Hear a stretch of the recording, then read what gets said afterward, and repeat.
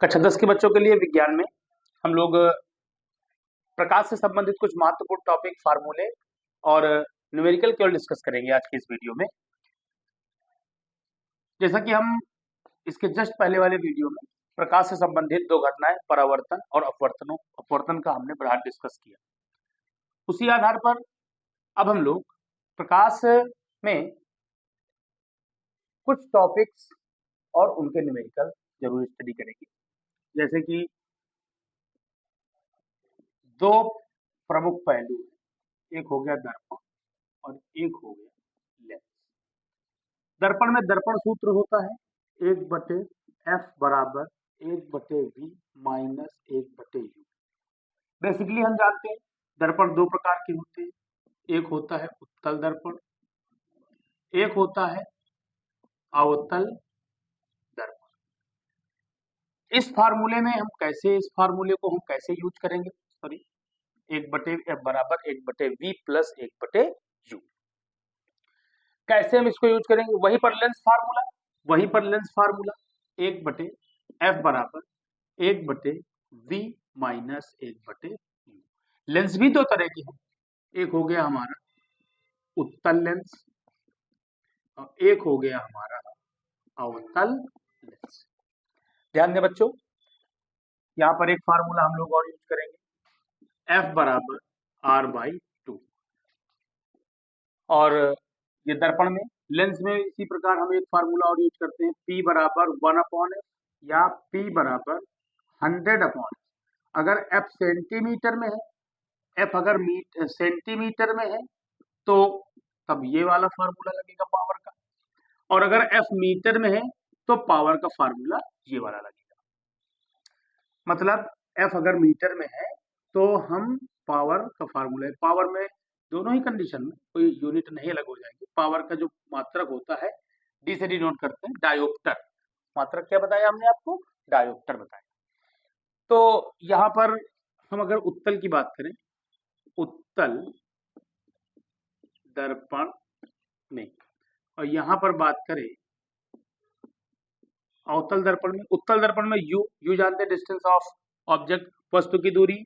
दोनों ही केसेस में यहाँ भी निगेटिव और यहाँ भी निगेटिव और यहाँ भी निगेटिव होगी।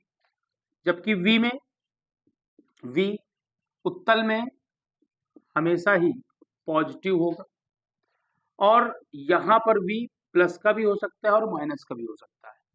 जब V प्लस का होगा मीन्स प्रतिबिंब आभासी एवं सीधा, और अगर ये निगेटिव है तो प्रतिबिंब मतलब वास्तविक एवं उल्टा। एक चीज और जानिए कि अगर ये पॉजिटिव है तो प्रतिबिंब जो है दर्पण के पीछे बनेगा, और अगर ये निगेटिव है तो प्रतिबिंब दर्पण के सामने बनेगा। ठीक, इसी तरह से F पॉजिटिव, यहाँ पर F निगेटिव होगा, यहाँ पर R पॉजिटिव, लेकिन यहाँ पर R हमेशा, R मतलब रेडियस ऑफ कर्वेचर, हमेशा ही कैसा होगा? निगेटिव होगा। लेंसेज का केस अलग है, लेंसेज के अभी हम बाद में चर्चा करेंगे। पहले हम लोग इसके एक आध क्वेश्चन लगाएंगे जो कि सरल टाइप के क्वेश्चन रहते हैं और एग्जामिनेशन में अक्सर पूछे जाते हैं। देखिए,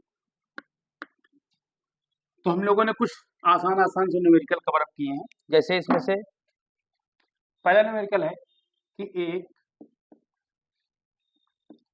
अवतल दर्पण जिसकी वक्रता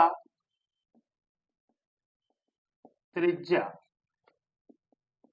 20 सेंटीमीटर है, दर्पण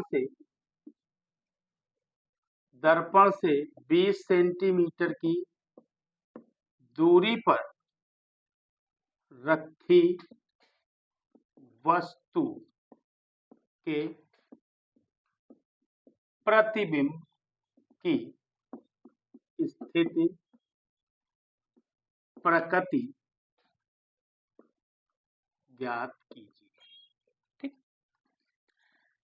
प्रश्न है कि एक अवतल दर्पण जिसकी वक्रता त्रिज्या 20 सेंटीमीटर है, एक अवतल दर्पण जिसकी वक्रता त्रिज्या 20 सेंटीमीटर है, मतलब R बराबर 20 सेंटीमीटर। फार्मूला F बराबर R बटे 2, F बराबर R मतलब 20 बटे 2, 2 दहा 20। एक चीज और मेंशन करिए, अवतल है, अवतल में R हमेशा कहे का रहेगा माइनस का, ये कहे का रहेगा माइनस का, ये भी कहे का रहेगा माइनस, मतलब F की वैल्यू क्या रहेगी -10 सेंटीमीटर। क्या कह रहा है 20 सेंटीमीटर दूरी पर रखी वस्तु, वस्तु की दूरी मतलब u कितना है 20 सेंटीमीटर, वो भी कहेगा माइनस। फार्मूला क्या बताया दर्पण सूत्र 1/f बराबर 1/v plus 1/u, 1/f, f कितना है -10, 1/v पता नहीं है, 1/u पता है -20, minus 1/10 plus minus minus minus वाला प्लस में लिया 1/20 बराबर 1/v, 20 10 का लासा ले लिया 20 10 दूनी 20, 20 एक 20, 1/v घटा दीजिए -1/20 बराबर 1/v, v बराबर -20। -20 का क्या मतलब है v निगेटिव आया है, मैंने थोड़ी देर पहले वीडियो की शुरुआत में बताया था कि अगर v का मान निगेटिव आ रहा होता है दर्पण में तो इसका मतलब ये है कि प्रतिबिंब बन रहा है दर्पण के सामने, दर्पण से 20 सेंटीमीटर दूरी पर, दर्पण के सामने उससे 20 सेंटीमीटर दूरी पर। और माइनस से हम ये जाने कि कैसा होगा वास्तविक, वास्तविक एवं उल्टा। आइए अगले न्यूमेरिकल की तरफ चलते हैं, एक और न्यूमेरिकल करते हैं जिसमें कि एक उत्तल लेंस है, देखें जिसमें कि एक उत्तल दर्पण, एक उत्तल दर्पण जिसकी फोकस दूरी, इसकी फोकस दूरी 30 सेंटीमीटर है, दर्पण से 40 सेंटीमीटर की दूरी पर रखी वस्तु के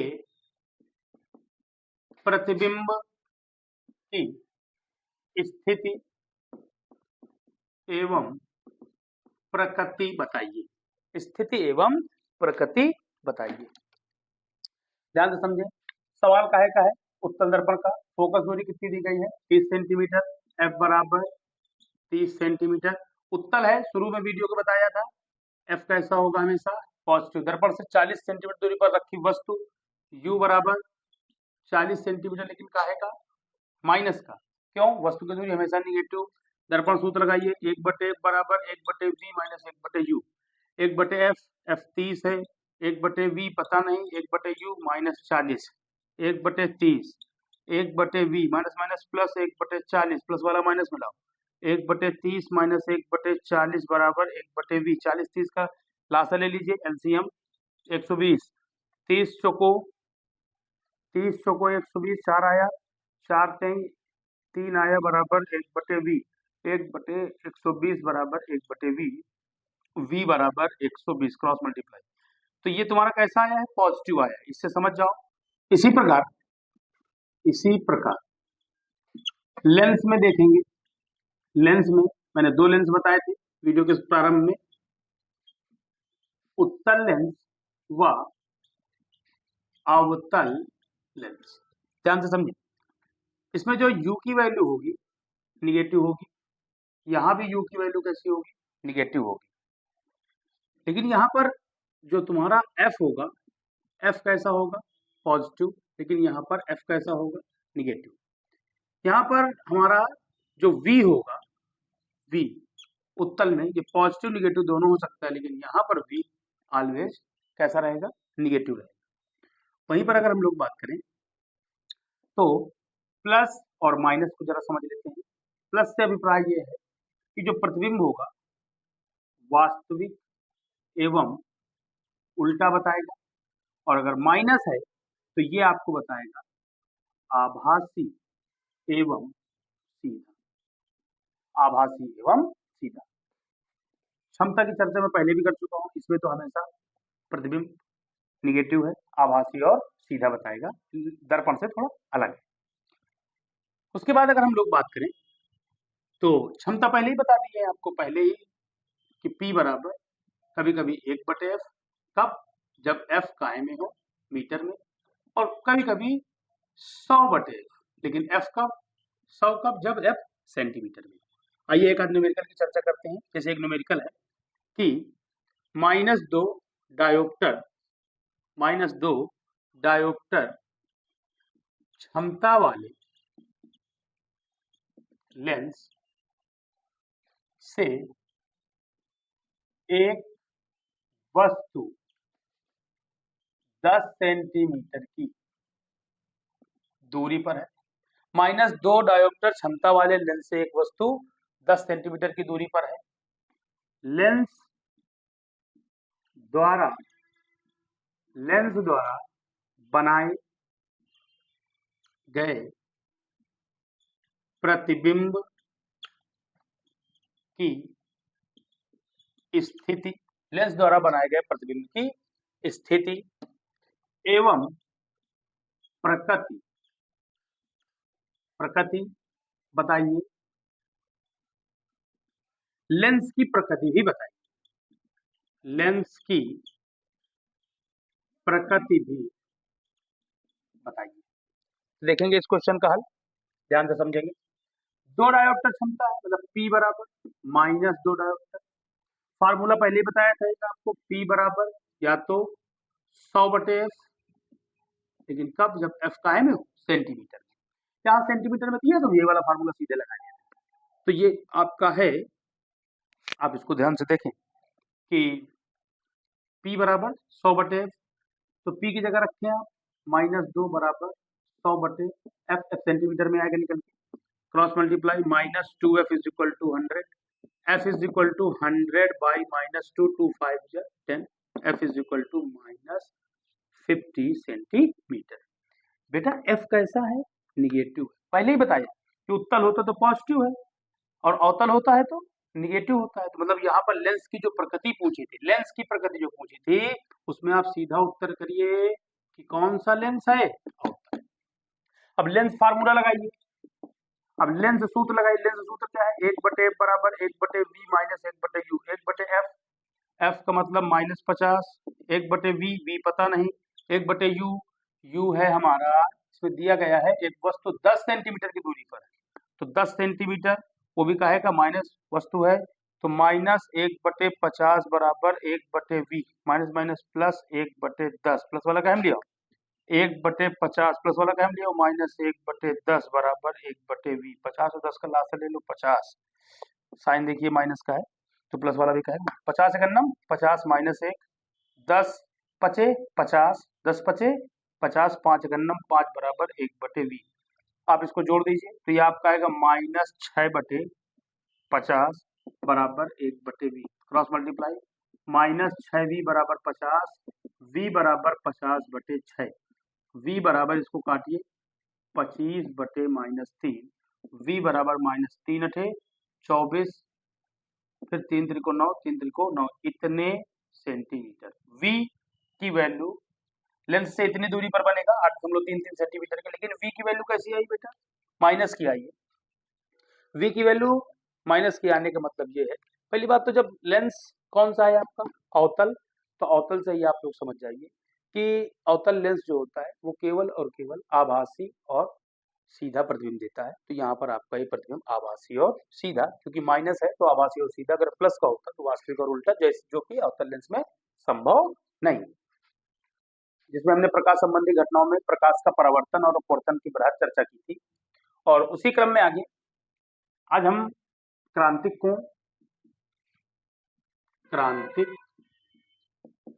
कोण एवं पूर्ण आंतरिक परावर्तन,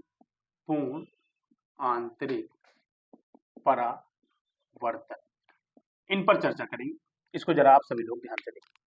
क्रांतिक कोण और पूर्णांतरिक परावर्तन में पहला पॉइंट तो ये कि हमेशा जो प्रकाश किरण है वो सघन से विरल में जाएगी, सघन से विरल में जाना चाहिए, ठीक। उसके बाद प्रकाश किरण सघन से तो विरल में जाए, लेकिन एक शर्त और है,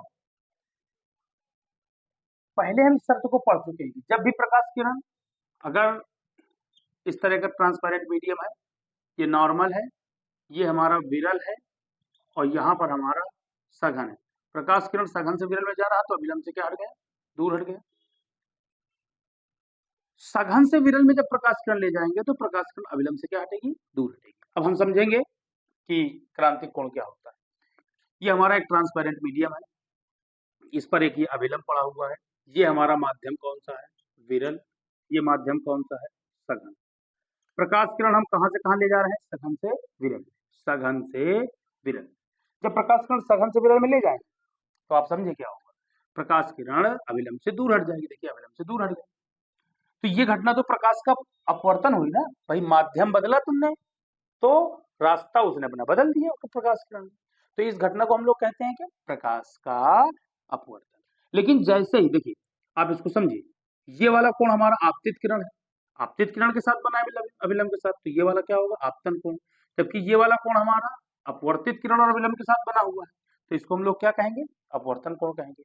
अगर हम इसको, आप खुद ही सोचिए, इसको हम ऐसे ऊपर की ओर उठाएंगे तो इस पर क्या इफेक्ट पड़ेगा, इस किरण को अगर हम ऐसे ऊपर की ओर उठाएंगे तो इस पर क्या इफेक्ट पड़ने वाला है, आप खुद ही सोचिए कि जब इसको ऊपर ऐसे उठाएंगे तो ये वाली नीचे आएगी, और उठाएंगे और नीचे आएगी, और उठाएंगे और थोड़ा नीचे आएगी। अर्थात ये ट्रांसपेरेंट मीडियम ये हुआ नॉर्मल, ये प्रकाश किरण ऐसे चलेगी, ये प्रकाश किरण ऐसे चली, जब तुमने इसको इधर से ऊपर और उठाया, मतलब आई के मान को जब तुम निरंतर क्या करते चले जाओगे, बढ़ाते चले जाओगे, तो यहाँ आर जो है, देखिए आर भाई, इसको ऐसे करोगे तो ये इधर आएगा, ऐसे आएगा, मतलब आर भी क्या होगा, आर भी निरंतर क्या होता चला जाएगा, बढ़ता चला जाएगा, बढ़ता चला जाएगा ना बच्चों। अब देखिए अगर ये आर बढ़ेगा तो एक कंडीशन ऐसी आएगी कि ये वाली जो अपवर्तित किरण है ये इसी के ऊपर से चली जाएगी। अर्थात इस कंडीशन में हम कह सकते हैं कि आर बराबर कितने डिग्री हो गया, 90 डिग्री हो गया। अभी ये था तो आई ना, ये आपतन कोण ही तो है अगर आपतित किरण के साथ बना है। इस कंडीशन में इसको आई नहीं कहते, इस कंडीशन में इसको क्या कहते हैं, सी। यही सी हमारा कहलाता है क्रांतिक कोण। अब इसका परिभाषा को समझेंगे कि यदि प्रकाश किरण सघन से विरल जाए, सघन माध्यम से विरल माध्यम में जाए, तो वह विशेष स्थिति जब आपतन कोण का मान इतना कर दिया जाए कि अपवर्तन कोण का मान कितना हो जाए, 90 अंश हो जाए, तब इस आपतन कोण को हम क्या नाम देते हैं, क्रांतिक कोण नाम देते हैं। इसी के जस्ट आगे अगर अब भी हम इसको और बढ़ा दें, ये ट्रांसपेरेंट मीडियम है, आप सोचिए इसको हम और बढ़ा दें, इसको हम और बढ़ा दें, इसको हम और बढ़ा दें, अगर इस कोण को और बढ़ाएंगे तो ये जो किरण इसके ऊपर से गई थी ये और इसकी इधर से आ जाएगी, मतलब सघन है ये क्या है, विरल है। ये प्रकाश किरण ऐसे जाएगी, अगर इसको तुम और कोण ऊपर करोगे तो ये इधर लौट के आ जाएगी, मतलब प्रकाश किरण सघन से गई और फिर से वापस कहाँ आ गई, सघन में ही आ गई। यह घटना कहलाती है पूर्ण आंतरिक परावर्तन। यद्यपि ये माध्यम पारदर्शी है लेकिन फिर भी ये यहीं पर लौट करके वापस आ जाएगी। तो ये घटना थी क्रांतिक कोण और पूर्ण आंतरिक परावर्तन, जो कि कक्षा 10 के बच्चों से परीक्षाओं में अक्सर इससे क्वेश्चन पूछे जाया करते हैं। अब मैं कुछ शार्ट में डिस्कस करूंगा कुछ न्यूमेरिकल्स की। एक फार्मूला आप लोगों ने पढ़ा होगा कि n बराबर C/V। n क्या है, अपवर्तनांक। कोई पूछे C क्या है, जानते हैं निर्वात अवयव प्रकाश की चाल। V क्या है, माध्यम में प्रकाश की चाल।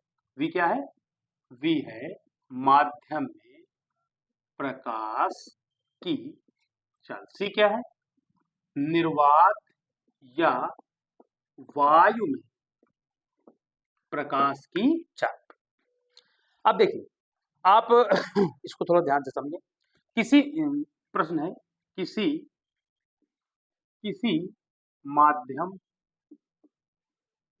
का अपवर्तनांक 1.5, किसी माध्यम का अपवर्तनांक 1.5 है, उस माध्यम में प्रकाश की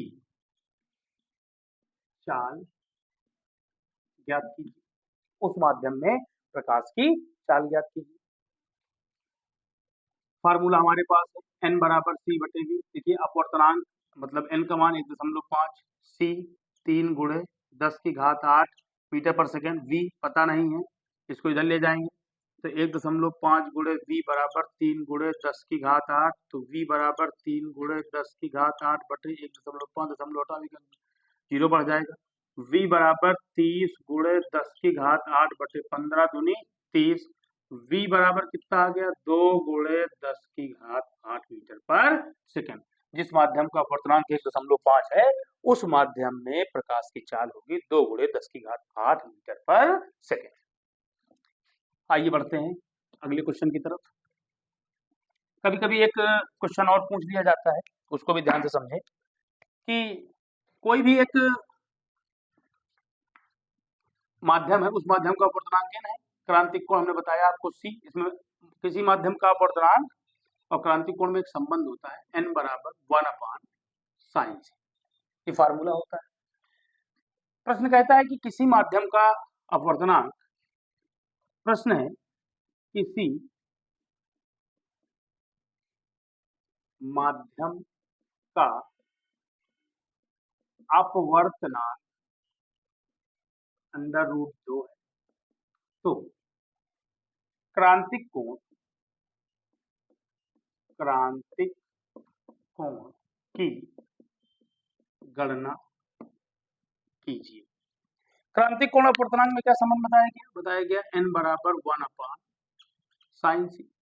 n क्या होता है अपवर्तनांक, कितना है अपवर्तनांक √2 बराबर 1/sin c बटे 1, तीरे गुणा करा दो तो √2 गुणे sin c बराबर 1 करना में 1, sin c बराबर 1/√2, sin c बराबर 1/√2, sin में 1/√2 कितने का मान होता है sin 45, sin की तुलना करा दिए खत्म, c बराबर कितना आ गया 45। ये रहा हमारा क्रांतिक कोण c बराबर 45। इसी के बाद थोड़ा सा हम लोग प्रकाश के प्रकीर्णन के बारे में समझेंगे। प्रकाश का प्रकीर्णन क्या होता है? देखिए, प्रश्न आता है हाई स्कूल की परीक्षा में कि सूर्योदय और सूर्यास्त के समय सूर्य का लाल दिखाई देना या आकाश का नीला दिखाई देना, इस सब के पीछे केवल एक कारण है प्रकाश का प्रकीर्णन। ध्यान से सुने, आपने इसको पढ़ा होगा,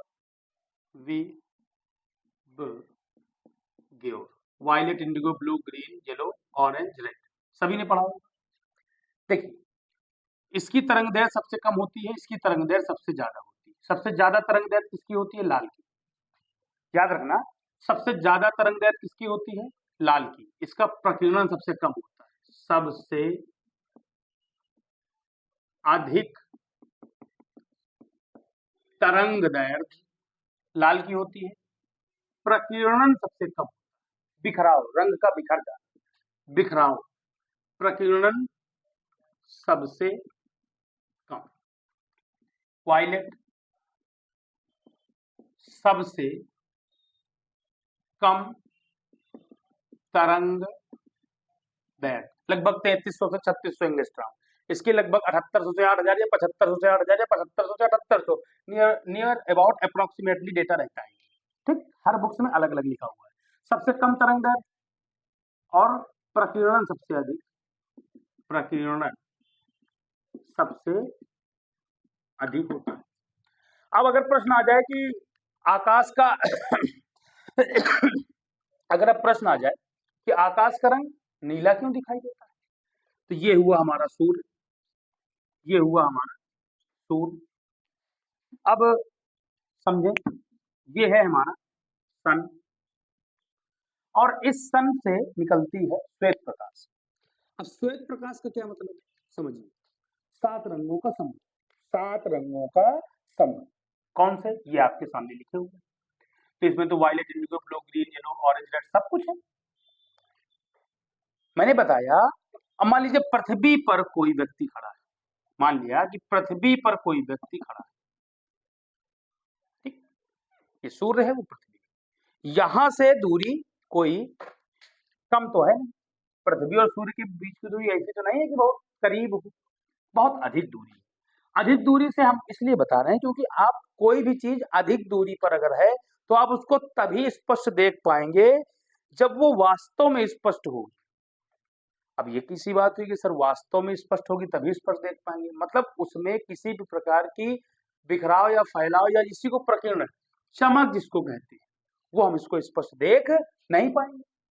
अब इसको समझे, ये सूर्य, इसमें से निकलेंगी 7 प्रकार, 7 रंगों का समूह जिसे हम श्वेत प्रकाश कहते हैं। अब इसको समझिए जरा, अगर मैं ये कहूं कि इससे निकलने वाला जो प्रकाश है, इससे निकलने वाला प्रकाश है, तो वो किसका तरंग दैर्घ्य, देखिए ये है, इसमें इसकी तरंग दैर्घ्य बहुत कम है, ये तरंग दैर्घ्य सबसे ज्यादा किसकी है, लाल की। और जिसकी तरंग दैर्घ्य कम होती है उसका प्रकीर्णन, बिखराव, फैलाव ज्यादा होता है, वो ज्यादा फैल जाता है। और जिसकी तरंग दैर्घ्य सबसे ज्यादा होती है उसका बिखराव, फैलाव कम होता है। अब सूर्य तो जब सबसे दूर कब होता है पृथ्वी से, सुबह या शाम को, सूर्योदय के समय या सूर्यास्त के समय। तो उस समय वो लाल हमको इसलिए दिखाई देता है क्योंकि इससे निकलने वाला जो सूर्य प्रकाश है वो बहुत अधिक दूरी पर है, सूर्य सुबह या शाम को। तो वो हमको स्पष्ट तभी दिखेगा जब, भाई क्योंकि दूर बहुत है, वो स्पष्ट होगा तो स्पष्ट दिखेगा, मतलब इसकी तरंग दैर्घ्य सबसे कम है और इसका प्रकीर्णन अर्थात इसके रंगों का जो लाल रंग है इसका बिखराव कम है, ये बिखरता नहीं है, फैलता नहीं। वहीं पर वायलेट, इंडिगो ब्लू, ग्रीन, ये रंग जो होते हैं इनकी तरंग दैर्घ्य बहुत कम है, इनकी तरंग दैर्घ्य बहुत कम है और प्रकीर्णन, बिखराव बहुत ज्यादा है, तो इससे निकल करके पूरी आकाश में बिखर जाते हैं, फैल जाते हैं। तो ये कारण है कि सूर्योदय और सूर्यास्त के समय सूर्य लाल दिखाई देता है। फिर से एक बार मैं बता दूं कि सूर्योदय एवं सूर्यास्त के समय सूर्य लाल इसलिए दिखाई देता है क्योंकि उस समय पृथ्वी से उसकी सबसे अधिक दूरी होती है और वो अधिक दूरी पर है, वो आपको स्पष्ट तभी दिखेगा जब वो स्पष्ट होगा जो, अर्थात इस रंग का बिखराव सबसे कम होता है, मतलब वो बिखरता नहीं। जबकि और जितने ये वाले रंग हैं, व्हाइट, इंडिगो ब्लू, ये एक जैसे लगभग दिखते हैं दूर से, तो ये बिखरते बहुत ज्यादा है क्योंकि इनकी तरंग दैर्घ्य बहुत कम होती है, तो ये बिखर जाते हैं, सूर्य से निकले और आकाश में बिखर गए। कक्षा 10 के बच्चों के लिए एक और महत्वपूर्ण टॉपिक लेकर के आए हैं, दृष्टि दोष। दृष्टि दोष, मानव नेत्र में कुछ दोष उत्पन्न हो जाते हैं जिसके कारण हम वस्तुओं को, दूर की या निकट की वस्तु या दोनों की, दूर निकट दोनों की स्पष्ट रूप से नहीं देख पाते। जैसे ये खान पान से भी हो सकता है, जेनेटिक्स प्रॉब्लम भी हो सकती है और कुछ लोगों के उम्र बढ़ जाने के कारण भी ऐसे दोष आंखों में उत्पन्न होते हैं। तो दृष्टि दोष से आप समझ गए ना, मनुष्य की आंखों में उत्पन्न दोष जिसके कारण वह किसी भी वस्तु को दूर हो या निकट हो या दोनों जगह स्पष्ट देख ना पाए, तो इस प्रकार के उत्पन्न दोष को हम लोग क्या कहते हैं, दृष्टि दोष। दृष्टि दोष सबसे पहला हम लोग पढ़ेंगे निकट दृष्टि दोष। निकट दृष्टि दोष, कि निकट दृष्टि दोष क्या है। निकट दृष्टि दोष का मतलब ये होता है कि ऐसा दृष्टि दोष जिसमें निकट की वस्तु दिखाई दे, निकट की वस्तु दिखे, दूर की ना दिखे, दूर की ना दिखे, ऐसा दृष्टि दोष निकट दृष्टि दोष कहलाता है। इसके उपचार हेतु हम अवतल लेंस का प्रयोग करते हैं, अवतल लेंस का प्रयोग करते हैं। वहीं पर दूर दृष्टि दोष, दूर दृष्टि दोष, दूर दृष्टि दोष का मतलब क्या है, दूर की वस्तु दिखे, दूर की वस्तु दिखे, निकट की ना दिखे, निकट की वस्तु ना दिखे। इसे हम लोग क्या, किससे दूर करते हैं, इससे हम दूर करते हैं उत्तल लेंस से दूर करते हैं, इसे हम दूर करते हैं उत्तल लेंस। एक बताया मैंने आपको जरा दृष्टि दोष, जरा दृष्टि दोष, इसमें ये प्रौढ़ हो जाने के कारण, मतलब उम्र बढ़ जाने के कारण ये होती है। इसका निवारण हम द्विफोकसी लेंस से करते हैं। इसमें ना तो हमें दूर का स्पर्श दिखाई देता है ना निकट का स्पर्श दिखाई देता है, अर्थात इसके लिए हम कौन सा लेंस प्रयोग करते हैं, द्विफोकसी लेंस। देखा होगा चश्मे में ऐसे बना रहता है, ये कुछ इस प्रकार से, तो निकट का लोग यहाँ से देखा करते हैं और दूर का यहाँ से देख लेते हैं, तो इसके लिए हम लोग द्विफोकसी लेंस का प्रयोग करते हैं। तो इसका बृहद डिस्क्रिप्शन हम लोग अपने जब क्लास कवर करेंगे तो वहां पर आपको जरूर पढ़ाएंगे। बहुत बहुत धन्यवाद। कुछ और अति महत्वपूर्ण टॉपिक, जैसे कि फ्लेमिंग के बाएं हाथ का नियम, मैक्सवेल के दक्षिणावर्ती पेंच का नियम, मैक्सवेल के दाएं हाथ का नियम। इन 3 नियमों की हम चर्चा करेंगे। जैसे हम सबसे पहले चर्चा करेंगे फ्लेमिंग के बाएं हाथ का नियम। फ्लेमिंग के बाएं हाथ के, सबसे पहले तो ये इससे पता क्या चलता है, अगर किसी भी चुंबकीय क्षेत्र में, किसी एक समान चुंबकीय क्षेत्र में कोई धारावाही चालक रखा है, धारावाही चालक रखा है, तो उस चालक पर लगने वाले बल की दिशा ज्ञात करते हैं। इससे क्या ज्ञात करते हैं? बल की दिशा ज्ञात करते हैं। 2 चीजें पता रहती है, चुंबकीय क्षेत्र की दिशा पता रहती है और चालक में बहने वाली धारा की दिशा पता रहती है। मैं आपको कुछ इस प्रकार बता रहा हूं, आप बहुत क्लियरली इसको देखिएगा, बहुत तेजी समझ में आएगा। ये देखिए, यदि हम अपने बाएं हाथ का अंगूठा अंगूठा तथा इसके बगल की 2 उंगलियां मध्यमा और तर्जनी इस प्रकार फैलाएं कि तीनों परस्पर लंबवत, मतलब ये इसके साथ 90 का कोण बनावे, ये इसके साथ 90 कोण बनावे, ये इसके साथ 90 कोण बनावे, मतलब तीनों परस्पर लंबवत हो। तब यदि तर्जनी चुंबकीय क्षेत्र की दिशा में हो, मध्यमा धारा की दिशा में हो, तो ये अंगूठा चालक पर लगने वाले बल की दिशा को बताएगा। एफ बी आई, बी मतलब magnetic field, F B I मतलब force, direction of magnetic field, direction of electric current. लेकिन कब? जब ये दोनों दिशाएं पता होंगी, मतलब डायरेक्शन ऑफ मैग्नेटिक फील्ड, मैं लिख के बताता हूं आपको बोर्ड में, कि तर्जनी से पता चलती है चुंबकीय क्षेत्र की दिशा, मध्यमा से पता चलती है धारा की दिशा। तब हमारा अंगूठा क्या बताएगा? चालक पर लगने वाले बल की दिशा। यदि हम अपने बाएं हाथ का अंगूठा तथा उसके पास की 2 उंगलियां इस प्रकार फैलाएं कि तीनों परस्पर लंबवत हों, तब यदि तर्जनी चुंबकीय क्षेत्र की दिशा में, मध्यमा धारा की दिशा में हो, तो अंगूठा चालक पर लगने वाले बल की दिशा को बताएगा। वहीं पर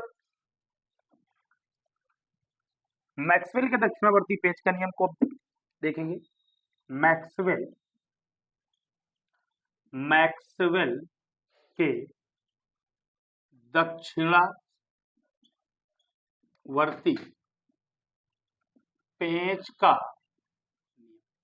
मैक्सवेल के दक्षिणावर्ती पेंच का नियम, मैक्सवेल के दक्षिणावर्ती पेंच का नियम क्या है, ध्यान से समझेंगे इसको। मैक्सवेल के दक्षिणावर्ती पेंच का नियम देखिए, यदि हम अपने दाहिने हाथ में किसी पेचकस को पकड़कर, दाहिने हाथ में किसी पेचकस को, मान लिया इसे पकड़कर इस प्रकार घुमाएं, दाहिने हाथ में किसी पेचकस को पकड़कर इस प्रकार घुमाएं, देखिए, पकड़कर इस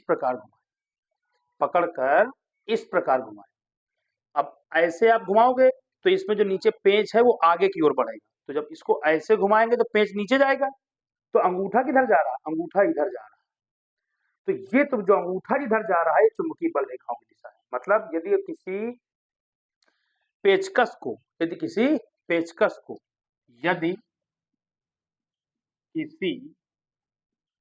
पेचकस को दाहिने हाथ में पकड़कर इस प्रकार घुमाएं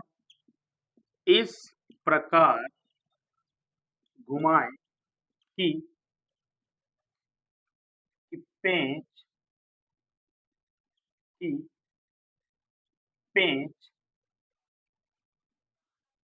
धारा की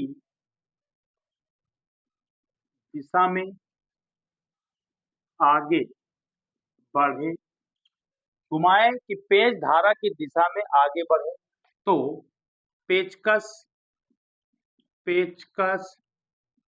घुमाने के लिए अंगूठा जिस दिशा में जाएगा वह चुंबकीय बल रेखाओं की दिशा होगी, वह चुंबकीय बल रेखाओं की दिशा होगी। फिर से एक बार देखेंगे, ये मान लीजिए पेचकस, इसको पकड़ करके इसको मगर ऐसे घुमाएं और पेच नीचे की तरफ पड़े तो मतलब धारा की दिशा, तो अंगूठा किधर जा रहा है, देखो अंगूठा इसे जा रहा है, तो ये दिशा क्या होगी, चालक चुंबकीय बल रेखाओं की दिशा होगी। अगला नियम है मैक्सवेल के दाहिने हाथ का नियम। अगला नियम है मैक्सवेल के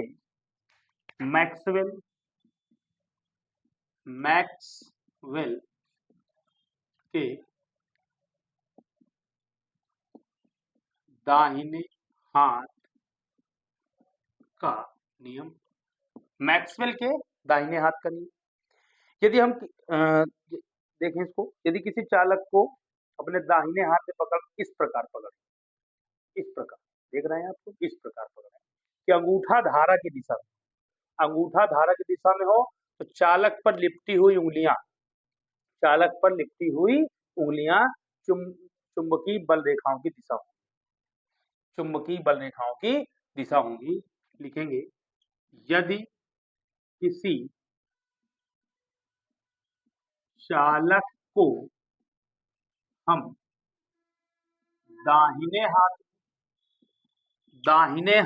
में इस प्रकार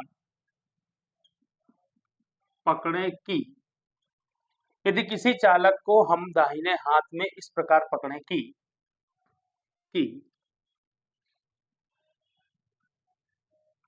कि अंगूठा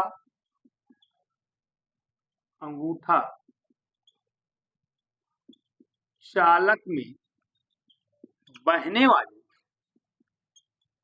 वाली धारा की दिशा में हो तो चालक पर लिपटी हुई उंगलियां,